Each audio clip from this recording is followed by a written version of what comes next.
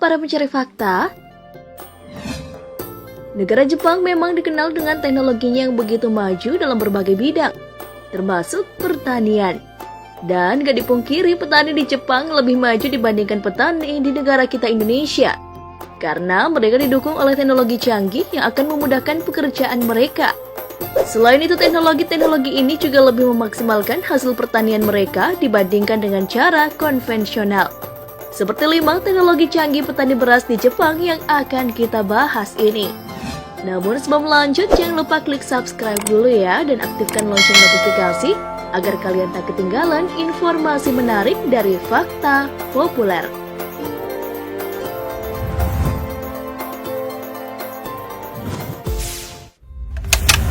Pembibitan. Hanya benih yang berkualitas unggul dan bermutu tinggi yang layak untuk dibudidayakan. Namun, terlepas dari hal kualitas benih, cara penanaman benih pun akan mempengaruhi hasilnya nih guys. Kalau di Jepang sendiri nih guys, penanaman benih ini dilakukan secara otomatis dan hanya memerlukan sedikit bantuan tenaga manusia. Caranya nih, pertama-tama tanah akan dimasukkan ke dalam wadah khusus persegi panjang. Dan wadah-wadah tersebutlah yang akan bergerak sendiri dan akan ditanami benih secara otomatis. Selanjutnya, pada mesin terdapat sikat khusus yang berputar, yang mana sikat ini akan mencampur tanah dan benih secara efektif. Juga hal yang gak kalah canggihnya nih guys, pada penyiraman. Biji-biji ini selanjutnya akan melewati penyiraman secara otomatis. Canggih banget kan?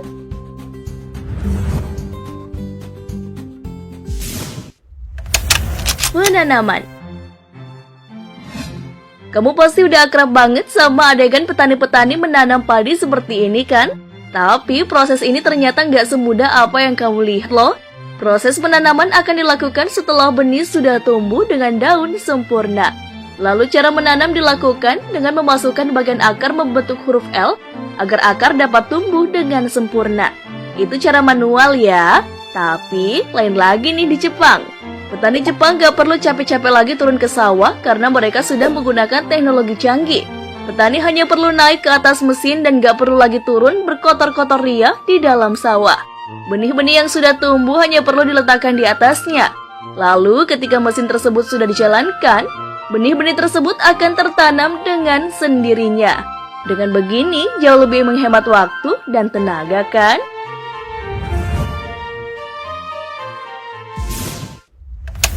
Penambahan pupuk.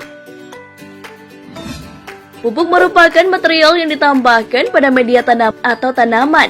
Penambahan pupuk diperlukan untuk mencukupi kebutuhan hara yang diperlukan tanaman sehingga mampu berproduksi dengan baik.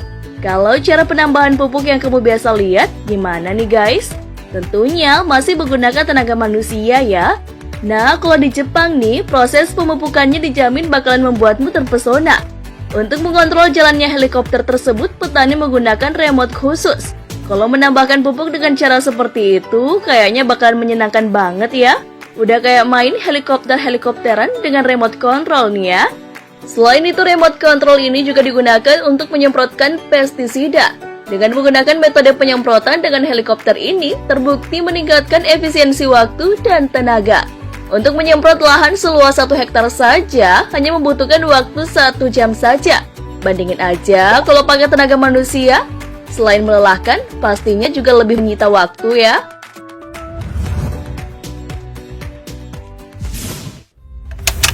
Membersihkan gulma. Gulma atau yang seringkali disebut sebagai rumput liar ini mengganggu pertumbuhan padi yang ditanam. Oleh karena itu, pembersihan gulma sangat penting untuk dilakukan oleh para petani. Cara menyiangkan tanaman dari gulma ini pun bermacam-macam. Bisa menggunakan cangkul kecil untuk gulma yang cukup besar, atau menggunakan tangan jika gulma-gulmanya cukup kecil. Tapi hal ini tentu memakan waktu dan tenaga yang cukup banyak ya guys. Lain ceritanya di Jepang. Untuk pembersihan gulma di sawah, mereka menggunakan mesin khusus pencabut gulma secara otomatis.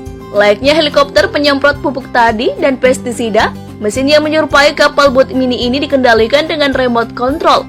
Meskipun tidak menggunakan tenaga manusia, mesin ini hanya akan mencabut rumput liar di sekitar tanaman padi, tanpa mengganggu tanaman padi sebenarnya.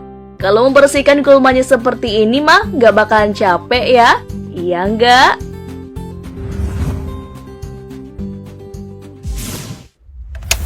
panen.